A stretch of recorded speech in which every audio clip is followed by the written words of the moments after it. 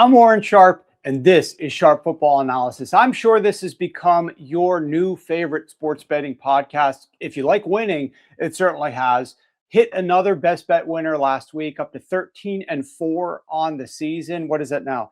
35-13 in the 2 years that have been giving out best bets on this show. Unbelievable track record for us. But I hope you guys enjoyed the new year, ringing it in right. And we're going to be breaking down a lot of key games in the NFL this week. Obviously, the two Saturday games that are the most meaningful. We've got the Carolina Panthers taking on the Tampa Bay Bucks.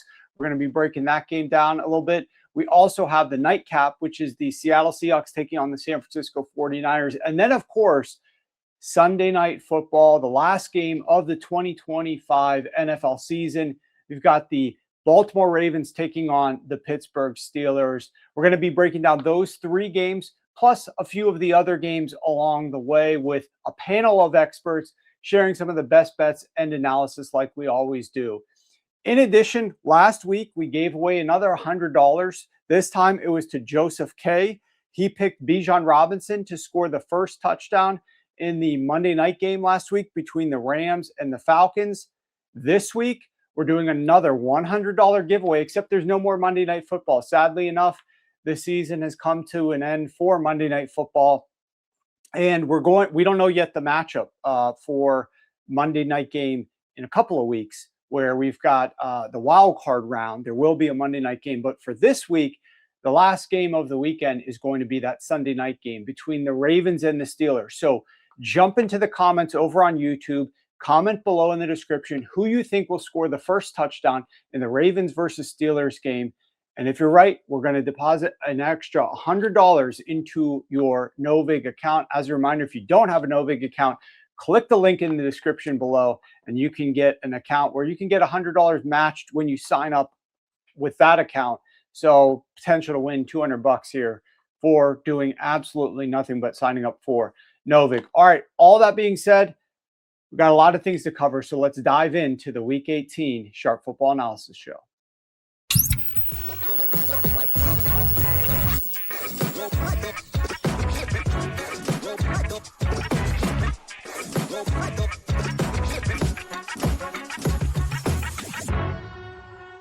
All right, normally at this time we're breaking down Thursday Night Football, but there was no Thursday Night Football game. Instead, there was a lot of great games in college. The last game that we saw was the epic Ole Miss game against Georgia last night. That was a tremendous game. A lot of fun watching that game. The whole New Year's Eve and into New Year's Day, at least if you were betting on these games, you're following the picks that we were giving out, you had a lot of success on those. We improved to 7 wins with only 2 losses in the college football playoffs. We went 4-1 yesterday alone. We are just rolling with the college bets. So hopefully you guys took advantage of the package. I got another outstanding deal that you guys might want to dive into to save yourself some money here momentarily. But first up, the one game that I do want to share a little bit of analysis on that we'll have the most time to discuss here is this Pittsburgh Steelers game against the Baltimore Ravens. We're going to be bringing on a ref expert, Joe Gibbs, to talk about the referee who is going to be assigned to this game. It's going to be a fun game to watch on Sunday Night Football. But this game's interesting to me, at least, because I'm curious from a game planning perspective what we're going to have here. We've got Lamar Jackson, who is returning from this back injury. Probably not at 100%. I don't know. Lamar hasn't been at 100%, it seems like, for two months now, at least. But he's going to be playing. I'm sure they're going to give him some sort of numbing agent there to help alleviate any issues. But keep in mind, this is a situation for a quarterback where there's going to be about 21, 22 degrees there in Pittsburgh on a Sunday night. It's very cold on the water there in Pittsburgh, and it's going to be a tough game if he takes some shots in the back. I don't mean the shots before the game, but during the game, there's a chance that we might see him out on the field at less than 100%. And I think it's going to be less likely that they're just going to stick in Huntley.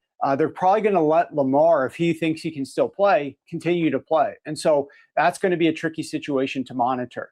You also have a running back in Derrick Henry who had over 30 rushing attempts just a week ago. I would suggest that you continue to ride that hot hand for as long as you can. Tackling Derrick Henry in the second half of this game is going to be something that the Pittsburgh Steelers defense is probably not going to be looking forward to very much. In those super cold weather situations, it just becomes harder to wrap up and tackle over and over and over again, especially late into this game. Derrick Henry can become a workhorse. So the Ravens have to figure out their strategy if they want to ride Derrick Henry or not. They seem to never really have they seem to overcompensate. Now we're getting Lamar Jackson back. Do they turn into a passing attack because they rode Derrick Henry last week with Tyler Huntley? And you don't use Derrick Henry in the fourth quarter, you end up losing a game. So you decide to overuse him the next week. This team is not really well run at this point right now. And it seems Harbaugh after games is just, making it one excuse after another as to why they lost after every single one of their losses. It's something that they were doing as coaches to screw things up. So I'm not sure what their strategy is going to be. For Pittsburgh, the issue for them is they're down DK Metcalf and they're also down Darnell Washington. And those are their biggest explosive play threats down the field. Even though Darnell Washington is like a 300-pound tight end, his ability to catch the ball and break tackles, they just don't really have anybody else similar to that, nor do they have anybody who's going to win those one-on-one matchups down the field like DK Metcalf will. Sure, they'll throw some targets to some of these other guys, but they're not guys like DK Metcalf. And if you remember back to that last game that these two teams played, the Ravens versus the Steelers, DK Metcalf went off in that game. DK Metcalf in week 14, yes, the Steelers won 27-22. He caught 7 passes for 148 yards. The rest of the entire Steelers passing attack that week totaled just 136 receiving yards. They could not run the football at all against the Baltimore Ravens, averaged 2.0 yards per carry. And DK Metcalf, if you look at Aaron Rodgers this season with and without DK Metcalf, with DK Metcalf on the field, Aaron Rodgers has 67% completions. Without him, that drops to 57%. With Metcalf, 7.1 yards per attempt. Without him on the field, that drops all the way down to 4.7. Aaron Rodgers' passer rating with DK Metcalf is at 100. Without him, it drops all the way down to 69. So this passing attack isn't the same without DK Metcalf out on the field. The other thing here that I think is going to be interesting is we definitely saw last week the Pittsburgh Steelers, of course, tried to overcompensate for Myles Garrett's presence. A lot of people are like, oh, well, that's why they lost the game because they were paying too much attention to Myles Garrett. Now, that's what Myles Garrett said afterwards. But the fact is, there's no other reason that you wouldn't want to take away Myles Garrett other than that you don't want him to wreck the game. And what's the alternative? Giving up a bunch of sacks to Myles Garrett? You think you're going to win a game by letting Myles Garrett sack Aaron Rodgers or pressure him all the time? No. So I don't know that it was just about the sack record as much as it was offensively. We've got to make sure that Myles Garrett doesn't win the game for the Cleveland Browns. So focus on getting Myles Garrett out of there and let's try to win the game the rest of the way. And the Steelers had ample opportunities to win that game. It's not like they lost in a blowout because they were totally focused on Myles Garrett. But one thing that's going to be interesting here is if you went back and watched that tape, Kenneth Gainwell was chipping and helping and going out and taking care of Myles Garrett as like the first wave of protection and then trying to get out in his pass route. And Aaron Rodgers really wasn't looking his way. But without DK Metcalf and now without Washington and without a guy like a Myles Garrett, this Ravens pass rush is not very strong. There's going to be more opportunities to get Gainwell involved in the passing attack, certainly than we saw just a week ago when he was really like that number one movement through trying to slow down Myles Garrett. So I think that's going to be interesting to see Gainwell's receiving totals and his receptions in this game.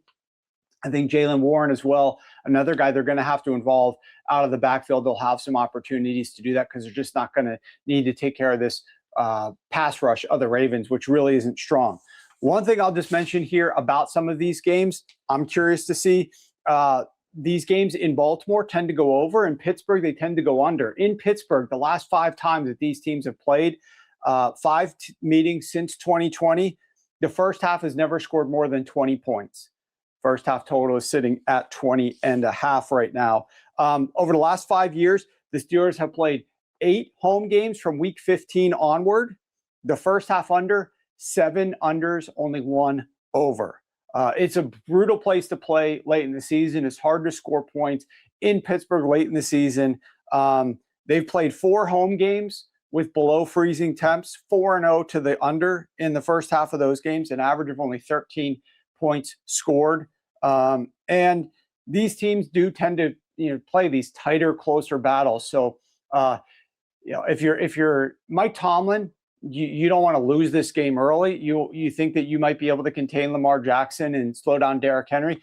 And if you're Harbaugh, I think you feel the same. The Steelers' offense doesn't really have any explosivity right now down the field. We don't need to go out there and lose the game early. So you tend to see these field position battles a little bit more frequently. So we'll see if that ends up happening. It's going to be a fun game. Wanted to break that down in a little bit more detail for you guys. But now I want to talk a little bit about the college football games that we just saw with our college betting expert, Ryan McCrystal. Ryan McCrystal has done an outstanding job for us all year long, breaking down these games.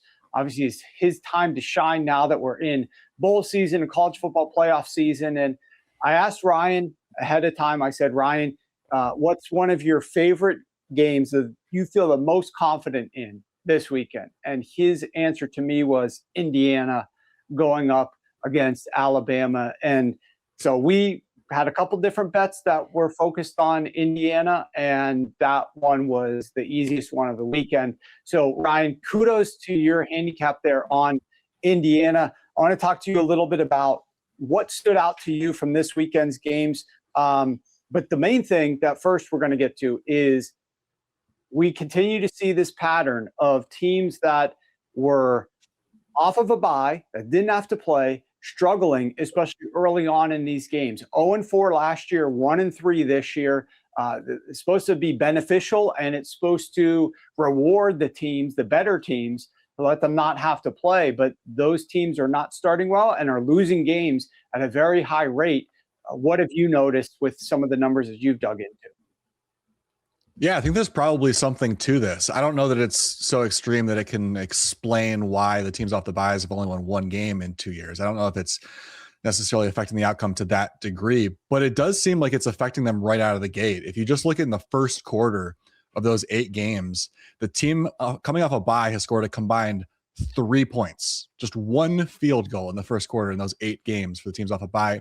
And in the first half of those games, they're averaging 6.5 offensive points per game. I'm obviously not including Georgia's defensive touchdown last night in that.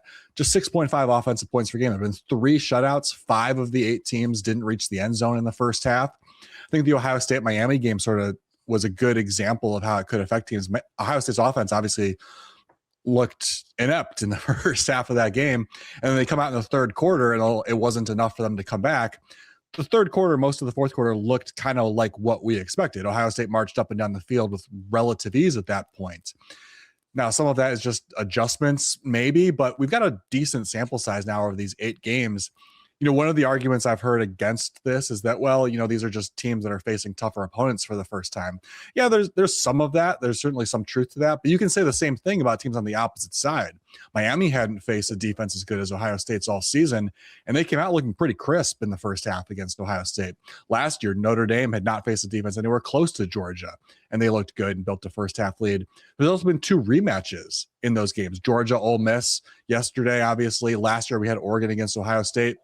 Both of those offenses coming off a bye, Georgia yesterday and Oregon last year, in the first half of that game, especially right out of the gate in the first quarter, they looked rusty. So I think there is something to that. Like I said, I'm not willing to use that as a full excuse for why those teams lost, but there's something to that. I think we should keep that in mind next year from a betting perspective. Maybe take a closer look at some first half lines, maybe even first quarter lines, to see if maybe there's an edge to be gained there if we think that there's really something to this trend. Yeah, absolutely. And this is something in the NFL too. Bye weeks, when we look at rest, and I study some of the rest edges, especially later on in the season, sometimes it's not the teams that have a full bye where they get to take a bunch of time off and the players go do whatever. It's the teams that have like the 3 days of rest or the 2 days of rest. That tends to help those teams perform a little bit better than the full bye. At times, the full bye ends up being a detriment. And I know we're talking about longer spins than just a week here for these college kids, but definitely something to pay attention to in the future. And more than just like us trying to figure out from a handicapping perspective, I would think that these staffs and these programs need to take a good hard look at the teams that went 1-7 and figure out a different strategy to approach their 2026 playoffs with, if they are fortunate enough to get a bye. Like, what are we going to do differently? We cannot continue to do the same things that we would otherwise do, because it's not really being very beneficial. Okay, so 4 outstanding games, narrowed the field down to 4 remaining teams. Of the games that we saw on New Year's Eve and New Year's Day, what result stood out to you the most? What was some of the more surprising things that you saw the last couple of days? Yeah, nothing was too shocking, but I have to say the most surprising result was Miami taking care of Ohio State the way that they did. But even with the big spread, and I picked Ohio State, that was the one game that I got wrong. It's still easy to look at that game and understand why it happened. And it played out the way that it could have played out for an upset, was that Ohio State simply couldn't block Miami, especially early in the game. And that type of upset is just going to happen sometimes. Ohio State, clearly the better roster from top to bottom, but their one weakness, the offensive line, paired perfectly with Miami's greatest strength, the pass rush. So even when you clearly have the better overall team, if the underdog can exploit the weakness of the favorite, you're going to be at risk for an upset. And I think that's exactly what happened to Ohio State. So surprising result, but because we can point to that one thing that was clearly the difference in the game, I wouldn't say it was too shocking ultimately. Yeah, the one thing I just can't help but think about is how Ohio State went into that championship game against Michigan and was just like, oh, well, we keep beating these guys. We got to focus on repeating. And that could be the excuse as to why they didn't win that championship game. And then they come and just lay an egg here in the actual game that mattered the most to them and close out the year with 2 straight losses. A tough look for them, and we'll see how they rebound next season. Always one of the best teams in the country. All right, before we get into previewing real quick the semifinal games, was there any injuries that occurred in these quarterfinals that stood out to you that might play a role in terms of player availability of key importance heading into these semifinals?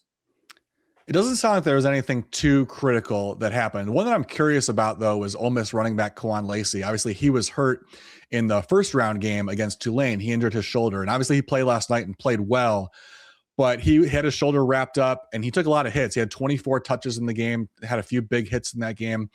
That could potentially be something that's like he's worse the second time out, because they rushed him back out there in such a critical game, took a bunch of big hits against a physical defense. Now he's got to go up against another physical defense in Miami. I wonder if there is sort of like a cumulative effect with that injury. We're playing right after the injury and taking some big hits in that game. Maybe he's even worse in this next matchup. Nothing that we're going to know ahead of time. I doubt they're going to tell us anything, but something to keep an eye on early in that game to see if he seems to be favoring that side of his body or anything. The other injury note I want to mention, Oregon wide receiver Evan Stewart. He has not played at all this season. He was expected to be their number 1 wide receiver entering the year, suffered a knee injury in June. He was questionable, in the weeks leading up to this game. He ended up not playing, but he now says he's hopeful to play in the next round against Indiana. Now, I doubt he's going to be at full strength, even if he does play. I think if he were close to full strength, he would have been out there already in the playoffs at some point so far. But he's a speedster who can stretch the field. Even if he's out there on a snap count, that could potentially have an impact on the game. If they can just put one more deep threat on the field for a handful of snaps in some critical situations, that could be sort of a wild card scenario to keep an eye on. It could be it would be a big difference potentially from the last time they played Indiana if Oregon has potentially their best weapon on the field for a few big plays. Yeah, this will be a rematch game from what we saw earlier. So let's look at the odds screen right now. We've got Oregon right now. This is the Friday night game. We'll be talking to you next Friday on the show, so we'll get a better breakdown of this game on that appearance. Right now, you can see Indiana is laying at most spots as 4 points. There's a 3.5 here, and there's also 4.5. So it's varying around the -4. That's the Friday night game. On Thursday night, we've got Miami, Florida going up against Ole Miss. And right now, Miami is laying pretty much 3 points at most shops, although they're laying a juice 2.5 here at FanDuel. But most spots are 3, for Miami, favored over the Lane Kiffinless Ole Miss Rebels. So, Ryan, any quick thoughts? The first game that we're not going to talk to you about prior to, or the rematch game of Indiana taking on Oregon. Any quick thoughts here? Obviously, the games just occurred yesterday, so we're seeing the matchups for the first time and the point spreads as well.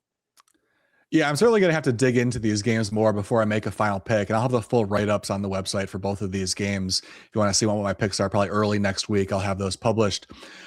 The one thing, since we're not going to be able to talk about Miami, Ole Miss before that game kicks off, the one thing I do want to mention that could be a factor in influencing my pick for this game, I picked Ole Miss against the spread last night. And a big reason why was they use quick dropbacks at a really high rate. Quick dropbacks make up 56% of their passing attack. That's the 7th highest rate in the nation.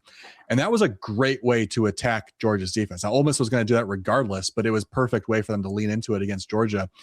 Georgia, against quick dropbacks, entering that game, ranked 103rd in yards per attempt allowed. Miami, however, ranks 25th. They're much better at stepping up and stopping those quick underneath routes, which Ole Miss is good. They're so good at getting their playmakers the ball in space. And Georgia has not been able to stop those types of plays, whereas Miami has been pretty good at that this season.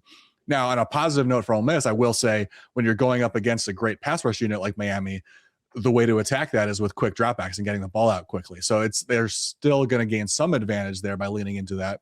But it does seem like Miami's secondary is a little bit better at stepping up and stopping those big plays. And if Ole Miss can't get those big plays like they had certainly in the second half, especially against Georgia last night, they're not able to do that at a higher of a rate as against Miami. It kind of makes me, I would say my early lean is to pick Miami and lay the points with Miami in this game. But like I said, I got to dive into this more. There's a lot more matchups. This wasn't one that we were expecting, so I hadn't put a lot of thought into it ahead of time for an Ole Miss Miami semifinal. Yeah, I'm really looking forward to these two games. Just as a fan, as a viewer, I think that they're going to be fun to watch. I'm really excited to see how they shake out. So awesome job over the week, Ryan, with some of these predictions. Obviously, you went 3-1 on them. So great work there. And we'll see you next week. And make sure that you guys check out Ryan's articles over at sharpfootballanalysis.com, where he will be giving detailed predictions, stat-based. I mean, if you want the skinny on all of the different matchups with analytical backing, that's where Ryan comes into play, breaking down everything for you in ways that you're not going to see, different things that you're not going to find at some of the 4-letter word locales and some of the bigger mainstream media sites. So if you're really a fan and a junkie for this type of stuff, this is the best time of year to be tuning into what Ryan brings. So great job, Ryan. We'll see you very soon. Ryan went 3-1 yesterday. We went 4-1 across all of our college playoff bets yesterday. We were on fire as well, 4-1 on those, bringing our overall college playoff record for the season to 7 wins and only 2 losses. That's 78%. Now, we told you we love this time of year. It's the time of year that I tend to step a little bit back from week 18 betting and props for several days. And I focus a lot of my attention on college, and it's continuing to pay off. And we'll talk about that a little bit more momentarily. But I told you heading into this that historically this is our strongest stretch of the year. With this year's records included, we're now 37-11 in college bowl plays over the last 3 years. That's 77%. We're now 83-25 over the last 6 years. That also is 77%. Just absurd strong records year in and year out. We're 78% this year. So again, outstanding. Since you already missed, though, on the incredible start, assuming you don't have the package. If you got the package earlier, you've been cashing with us this playoffs, and you had a great New Year's Eve. You had a great New Year's Day. But if you're not on board yet, you missed some of the plays earlier, I'm going to give you 50% off. 50% off New Year's sale on all of our postseason packages. Any postseason package that you want. Our NFL package, or Bowls package, the college football playoff package, because there's the semifinal games, there's the championship games. We have some more bowl games later today. We also have props that we do on some of these games as well at the big games. Use code SHOW50 SHOW50 to take 50% off any of our postseason packages. You can use it on a weekly package. You can use it on a rest of season package. Go to sharp.football, click the top link, and pick the package that's right for you. Our all-access postseason package will get you the rest of my college playoff bets through the national championship game, where we are 7-2 this year, 78% on college playoffs. It'll get you all of my NFL sides, totals, and props. We're up 92.7 positions since the start of the season. It'll also get you my Super Bowl report. I'm not looking forward to writing the Super Bowl report at this very moment, but once we get closer, I love breaking down the game. I give a 40-page PDF detailing every single matchup. I can identify where I think there are edges, how I think the two teams match up, helps with player props, helps with betting. It's the most comprehensive write-up available in the industry. Like I said, it's around 40 pages or more in PDF format. That gets delivered to you a week before the game starts. A $100 bettor has won $9,271 following my bets this year. That does not include us going 2-1 on New Year's Eve in the bowls and 4-1 yesterday. So it's going to be even higher than that. If you're serious about sports betting, want to make some money to start out the new year, there's no better investment than joining us for the remainder of the football season. Go to sharp.football, click the top link, use code SHOW50 to join us today. Okay, that brings us to one of your guys and mine favorite segments, Rich Rebar breaking down some of our favorite prop angles for the week. Rich, Happy New Year to you, my man. Rich is obviously done with the fantasy football season over at Sharp Football Analysis. A lot of you guys were subscribing to our fantasy product over there, getting all of Rich's detailed analysis every single week. Hopefully that helped you. I know, Rich, there were some shows I heard rumors of that were giving you kudos for a lot of the accurate predictions before the season started that you had on some of your fantasy rankings and analysis and players that you were higher on or lower so that people could fade them. So great work as always, my friend. Let's dive into first, before we get into three of the player props that you like for week 18, you are going to be back with us the rest of the postseason doing the detailed game previews. You take the week off, week 18, justifiably so, because we don't know what the hell is happening until later on in the week for a lot of these teams. Is this guy going to go? Is he not going to go? How much is he going to go? We don't even know. The coach could say something. He doesn't go that much. There's only a few games that have, true meaning where both teams are trying to play their starters in order to make the playoffs.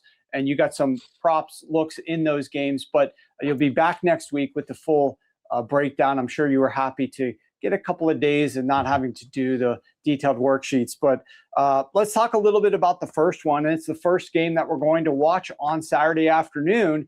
The Carolina Panthers are taking on the Tampa Bay Buccaneers. And you actually are looking at Bryce Young, the quarterback of the Panthers, and you're looking at an over for Bryce Young. Talk to us a little bit about this one. This has been a guy that has been sort of easy to bet some of the unders against him from time to time. You think this is a good spot for Bryce Young to go over 1.5 passing touchdowns? Why do you like this one? Yeah, this one's a little bit of plus money too for you out there because, hey, Bryce Young overs. What a way to end the season, right? Week 18. But the Buccaneers have allowed multiple passing touchdowns in 6 of their 7 games since their week 9 bye. That includes Bryce Young when these teams met. The secondary is just completely banged up. Jamel Dean, we'll see if he's going to go. He's been banged up, though, since he's come back from his injury. They lost Ian McCollum, who was playing over, he wasn't playing good football, but was playing over guys that are now thrust into the lineup. So the way you want to attack the Tampa Bay Buccaneers right now is through the air. Since their week 9 bye, they're 26th in completion rate allowed. They're 28th in yards per pass attempt. They're 30th in touchdown rate allowed, as just kind of hinted on too. And Dave Canales has been more aggressive in these matchups, these 3 games against Todd Bowles since the start of last year. He's thrown the ball over pass rate expectations in all 3 games. In week 16, when these teams met, they were just 1% over pass rate expectation. But for the Carolina Panthers, that's a huge deal. But in that game, they were 10% over pass rate expectations on first downs. Also, the Tampa Bay Buccaneers, they give up touchdowns because they are one of the worst red zone defenses also in the NFL. They're 30th in red zone touchdown rate. So this is one I expect Dave Canales to keep kind of being a little more aggressive in context of his own, play calling that he's had this season. The Buccaneers are vulnerable on the back end, and I like Bryce Young to still throw 2 passing touchdowns in this game. All right, so if we look at our OddsJam screen here, we can see that you could definitely find this at plus money up as high as plus 125, some plus 122. So some good odds there. Your next one, and you can see we'll do this in real time, player passing yards, and we're going to look at Trey Lance. I'll just type in his name there, and up will pop Lance. You can get the best number right now is 172.5. I know when you shared this the other day, it was 174.5. So you're looking at fading Trey Lance, going under Trey Lance's passing yards at 174.5. Talk to us about why you like this one. Yeah, this is just kind of the picking on the spot a little bit. No offense to Trey Lance, but he's just going to kind of get thrown to the Broncos, I guess, so to speak here, and I guess not the Wolves. But we don't know who even he's going to be throwing to in Week 18. We don't know exactly the extent of how many guys will be resting for the Chargers. Obviously, there's a finite number. They can't rest everyone. But he's going to be playing with arguably some backups against one of the best pass defenses in the NFL, against a team playing for the number 1 seed. Denver has beaten up on bad quarterbacks the entire season. I mean, Justin Fields passed for 45 yards against them. McCrystal on Christmas, 66 yards. Cam Ward, 112. Jake Browning, 125. Geno Smith, 143. Davis Mills, in relief of C.J. Stroud, came in for 137. In a similar spot to this as last year in Week 18, the Denver Broncos had to win in Week 18 against the Kansas City Chiefs team that was resting starters, and the Broncos needed to win to get in the playoffs. They only allowed 98 passing yards to Carson Wentz in that game. So I think it's just a really tough spot for Trey Lance. It's going to be a spot where the Chargers will be getting a look at him, but it's going to be more of a simulation to end type of game for the Chargers, and just a terrible matchup for him to kind of stack production against the Denver Broncos. So I like to get on the under for his passing yards in this game. I was going to ask you your opinion on Trey Lance's rushing yards, but they don't even have a line posted yet for that, even though we know he's starting. So it's frustrating this time of year, Week 18. A lot of these things, we don't know what's going to happen. We don't know what the books are going to do from a numbers perspective. But I was curious about that. We can't. Yeah, there's so many players I was hoping to have lines on, coming into the show just for Week 18. No lie, though, for my Friday practice, I have a list of 22 players I'm looking to see would they practice today or not. We get some information on. Like you said, Week 18 is just a little bit of chaos. But listen, we'll be looking for some lines on guys like Ronnie Rivers and Darius Cooper if we ever get those posted. Yeah, and guess what, guys? Listen to this. This is a great segue, Rich, into Week 18 and what we're going to be doing for subscribers. So, we might not be able to get you our strongest looks here because some of these games aren't lined yet, but some of these bets aren't lined yet. Tune in from a subscriber perspective, though. We'll make sure that we include all of those all the way up through kickoff on Sunday for some of the players that we're looking at. So make sure that you're subscribing here Week 18.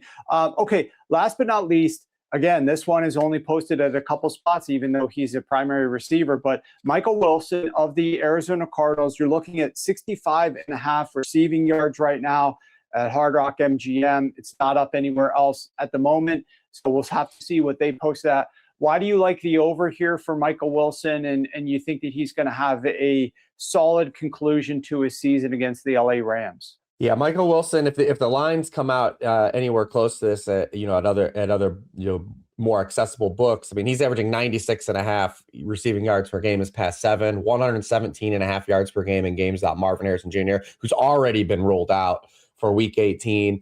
You get Jacoby Brissett averaging 41.2 pass attempts per game.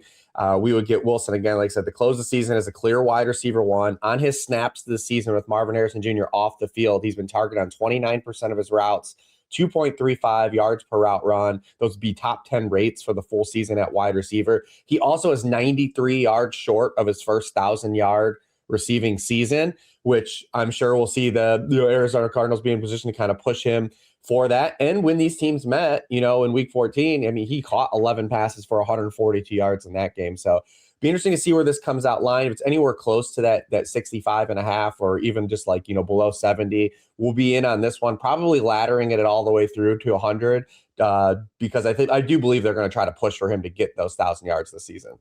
You know, it's just hilarious to me about the Arizona Cardinals. I mean, there's a lot of things. We'll just focus on this one aspect. And when Michael Wilson was getting the run without Marvin Harrison Jr., he was like Calvin Johnson out there, prime Calvin Johnson. It felt like he's catching everything. They were targeting him a million times. And then all of a sudden, because Marvin Harrison Jr. is back, it's like, okay, well, we can't possibly get Michael Wilson involved here. We definitely have to let Michael Wilson play fifth fiddle now because Marvin Harrison Jr. is back. It's like, what in the world are we doing here? Let's see this guy's talent unleashed. And hopefully we get that here to close out the season. Obviously, we're hoping from a betting perspective, we get it as well. So those are 3 looks. And I will tell everybody who's listening to this from a subscriber perspective, there's another ATS bet that Rich is really heavy on this week that he's been kind of pushing our direction. And I think I've come on board on that side as well. We're going to be sending that out this afternoon, Rich, just so you know, heads up on that one. So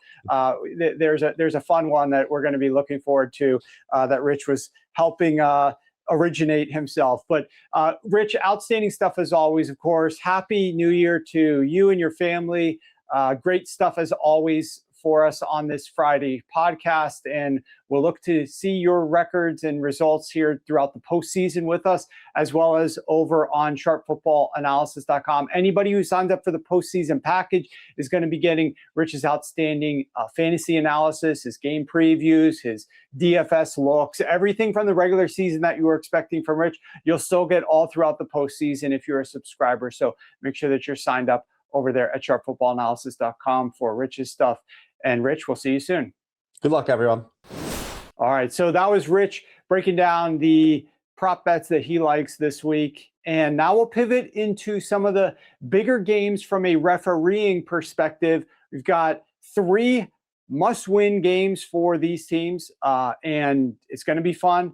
Let's break it down with Joe Gibbs. He is our referee expert over at sharpfootballanalysis.com. He's got articles every single week that break down some of his favorite angles. Definitely think that you guys should be checking those out. But if you haven't, he's going to preview 2 of them right now momentarily. Joe, welcome in. Happy New Year to you. Let's break down the first game where we've got the Seattle Seahawks taking on the San Francisco 49ers. This game is on Saturday evening. It's the nightcap game on Saturday. Obviously, this isn't a must-win from if you lose this game, you're out of the postseason, but this is going to determine the number 1 overall seed in the NFC. So a fun game, very meaningful for both of these teams. But if the 49ers were to get it, that's an extra week for George Kittle to get a little bit healthier, an extra week for Trent Williams to get a bit healthier, who's probably going to be missing this game if I mean, we don't know yet, but that's sort of the way that it might be trending. And then they don't have to leave Santa Clara until the Super Bowl. Or through the Super Bowl, because that's where the Super Bowl would be. So if they're fortunate enough to win this game, they get to just keep playing at home until they end up losing. Talk to us a little bit about what Bill Vinovich's presence means to the outcome of this game. Yeah, big game referees, done a lot of huge games. Niners fans, not a big fan of Vinovich. Divisional home teams overall since 2016, 27, 35-1 against the spread with Vinovich, 44%. That includes 3-5 against the spread in 2025. As I mentioned, Niners done a lot of games with Vinovich, 10 in total in the Kyle Shanahan era. The Niners are 4-6 straight up, 5-5 against the spread. That includes their 2 Super Bowl losses to the Kansas City Chiefs, and this is where the anger at Vinovich lies in the fact that he let him play a lot in those 2 games. Some offensive holding calls, perhaps on Kansas City, were not called that did change the game. Certainly aided Kansas City in a couple of key moments throughout those 2 games. So I think that's where the anger lies from the 49ers perspective. But of those 10 games, and I looked at it, they're all been primetime, standalone playoff type games, really big games that Vinovich has been on. So, you're playing the top level teams in those contests, which partly explains the 4-6 straight up record. But you got that again this week. You're playing a top level team with Vinovich in charge. So, as I said, he's a let-him-play referee, but he hasn't been this season. They rank 3rd in penalty per game average, which is something I would never thought I would have said. But they're traditionally one of the lowest, if not the lowest, penalty per game average crew. I do believe, maybe it's wishful thinking on my part, I do think they dial it back this week and they do revert to that let-him-play approach. But that remains to be seen. That's the way I think they're going to do it. As far as what they call, they rank second in special teams penalties per game, which is huge because that leads to less than ideal starting field position. Offensive pass interference, that's kind of been on the uptick the last few weeks. Well, Vinovich's crew ranked number 1 for offensive pass interference, so keep that in mind on Saturday night. They're not a high volume penalty, but when it is called, it's extremely impactful. Just ask the Detroit Lions about that one. Other areas of focus, illegal block in the back, false start, and where we got it here? Oh, intentional grounding. So there's the 3 penalties. False starts, obviously, high volume penalty.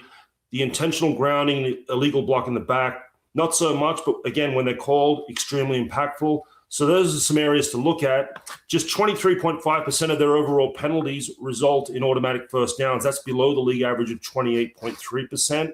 So like I said, I think they let them play this week. For the game itself, I keep going back to this time last year. You had Sam Darnold with the Vikings at the time, going on the road, week 18, prime time, against the Lions, against the decimated Detroit Lions defense. And what did we see? We saw Darnold come up short in a high leverage moment under the bright lights. Well, we have the exact same thing this year. So the only difference is he's with a different team.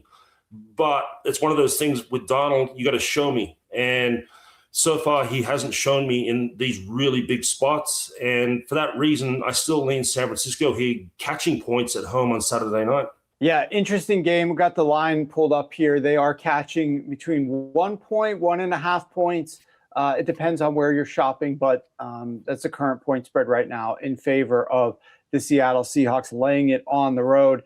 Now let's head down the road and go to Monday Night Football, where we've got the Steelers taking on the Baltimore Ravens. This game is in Pittsburgh, and we've got another home team, Joe, catching points. Here, the Pittsburgh Steelers are catching 3.5 points. The total sitting 41 is a key number, so some of 41.5. So it depends on the book that you're shopping. Go shop for the best line on the total. This game is going to be refereed by Sean Smith. So, Joe, talk to us a little bit about what Sean Smith means to the outcome of this game and how you see this one playing out. Yeah, so divisional home teams in Sean Smith's career, 16, 25, and 2 against the spread, 38%. Now, they are 3-1-1 against the spread in 2025, so there's some hope for the Steelers fans. That all-important false start offensive holding combination, just 32% of Smith's penalties are assessed via those 2 categories. That's the lowest in the league. 35% of Smith's overall penalties result in automatic first downs. That's number 1 in the league. The main penalty categories that comprise that: defensive holding, defensive pass interference. They rank 2nd and 3rd, respectively, in those 2 categories. Unnecessary roughness. They co-rank 3rd in unnecessary roughness penalties. They do, however, over the last 3 seasons, called the most unnecessary roughness penalties of any crew in the league. And let's not forget, this is primetime Sunday Night Football. Those penalties traditionally get called at a higher rate in these standalone contests because the officiating crews, they go that extra mile. They know everyone's watching. They know the commissioner's watching. They know the executives are watching. And they all get graded on these games, supposedly. And they go above and beyond. And they will call these penalties unnecessary roughness, taunting, roughing the passer at a higher volume in primetime games. So both teams need to be mindful of that. As far as the game itself, I mean, Pittsburgh had a chance to clinch this and last week versus Cleveland, and this game would be meaningless. Obviously, they didn't do that. Baltimore has had the door left open for them. I think they get Lamar back. I just look at the Pittsburgh Steelers, and this is based off last week as well. I'm not sure what their offensive ceiling is here. Is it 16, 17 points? The Ravens secondary is susceptible to those big plays, but can Pittsburgh take advantage of it? I mean, I don't see a lot of downfield threats. I don't see a lot of points coming from their side of the ball. Now, maybe they can rise to the occasion defensively and limit Baltimore as well. But look, Baltimore's been given an opportunity. That Sunday Night Football loss 2 weeks ago against the Patriots, that may be a blessing in disguise because John Harbaugh copped a lot of heat after the game for not giving Derrick Henry the ball. Well, last week, what did we see? They just fed him the ball the whole game. So I think now they're just going to ride with him. You may get Lamar back. You've got enough talent on that Baltimore team to get the job done.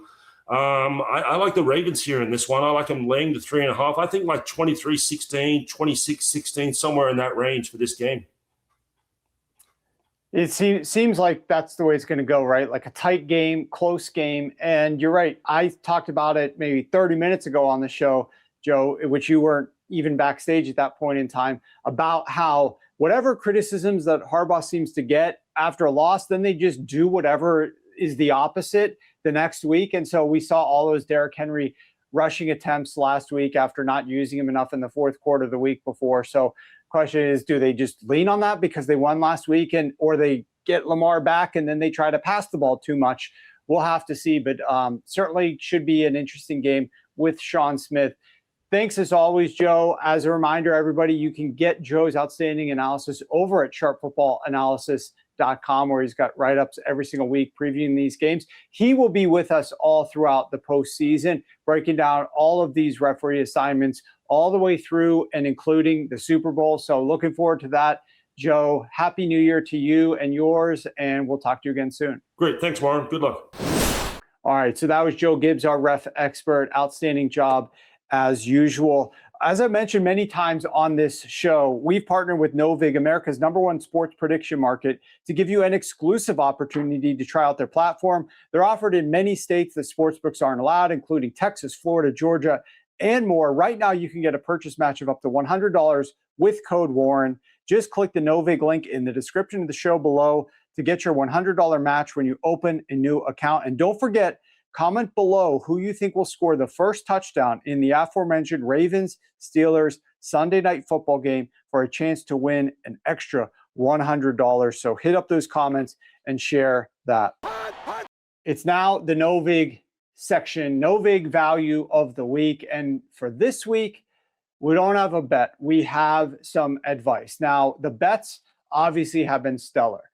The bets for the Novig value section of the week, my best bet of the show, 13-4 on the season after another win. I think we've won like 3 straight now. But 13-4, 76% on the season, 35-13 in the 2 years I've been doing the show. See if you've got another favorite podcast that's hitting at that rate week in and week out. I love doing these for you. But this week, as you know, I tend to focus a lot more on college football, the college playoffs, the New Year's Day games, and that paid dividends as well. I just told you we went 4-1 on New Year's Day yesterday after 2-1 the day before that. We're 7-2 on all the college football playoff games. We've got 3 more coming up here, the semifinals, also the FCS game, and then the national championship game. So I think one of my pieces of advice here to you is time is the most important, one of the most important commodities that you have, and you need to spend it on things that are going to benefit you the most. For me, it's not trying to sit here on a Sunday, Monday, Tuesday, handicapping maybe some guys that I think will be here in the props market when we don't know the lines yet and we don't even know participation yet. We don't really know who's going to be out there yet. I can get back into that after I'm done handicapping the college football playoffs and doing so very successfully. Then I dive back into the prop market. So we will have a bunch of props, some of the props that we like a lot.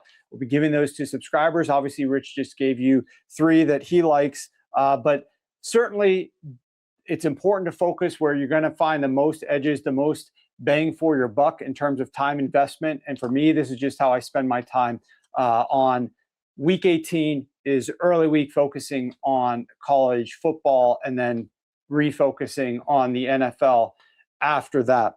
I do want to just mention one thing real quick about quarterbacks in general. At this point in the season, based upon how things have shaped out, you mostly have quarterbacks that are in one of 2 buckets. Either they are in need to win situations, must win situations, like your Baker Mayfield and Bryce Young, or your Lamar Jackson, Aaron Rodgers to the side here. There's a couple other quarterbacks that fit into the same situation as well. These are quarterbacks in these need to win situations. They might be looking to use their legs a little bit more than you would think. But you also have quarterbacks in situations that aren't need to win. In fact, their season's over. They don't really care what's going to happen.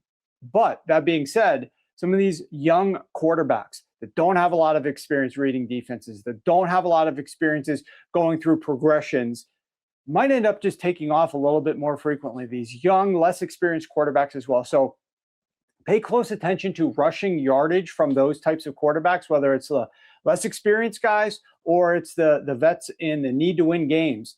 Some of these quarterbacks, the lines might be priced like it's a week 12 or week 5 matchup.